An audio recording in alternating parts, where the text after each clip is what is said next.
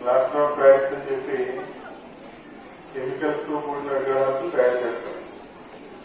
Plaster of Paris అంటే చాలా danger అనమాట. మన ఇంట్లో సీలింగ్ తీసుకెళ్తాను చూడండి, ప్లాస్టర్ ఆఫ్ ప్యారిస్ అంటారు. అది విగ్రహం త్వరగా ఈజీగా తయారవుతుంది, అలాగే అందంగా ఉంటుంది. కానీ ఊరేగింపు అయినా ఏం చేస్తాం, మనం అవన్నీ తీసుకెళ్లి నిమజ్జనం చేస్తాం. ఎక్కడెక్కడ దగ్గరలో పంటకాలంలో కానీ చెరువుల్లో కానీ అక్కడ నిమజ్జనం చేసినప్పుడు ఏమవుతుందంటే వాటర్ అంతా పొల్యూట్ అయిపోతుంది. ఆ వాటర్ కాలువలోకి వచ్చిన వాటర్ మన దగ్గర ఉండే యానిమల్స్ కానీ లేదా మనం స్నానాలు చేసిన చాలా మంది మనకి చాలా స్కిన్ డిసీజ్ అనేవి వస్తాయి. అలాగే మట్టి అంతా ప్లాస్టర్ ఆఫ్ ప్యారిస్ అంతా కలిసి ఆ భూమిలో కలిసిపోతుంది.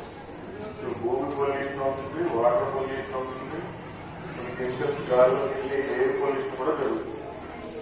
ఇలాంటి ఏవి జరగకుండా మనం సక్రమంగా చూసుకోవాలి అంటే మట్టి విగ్రహాలు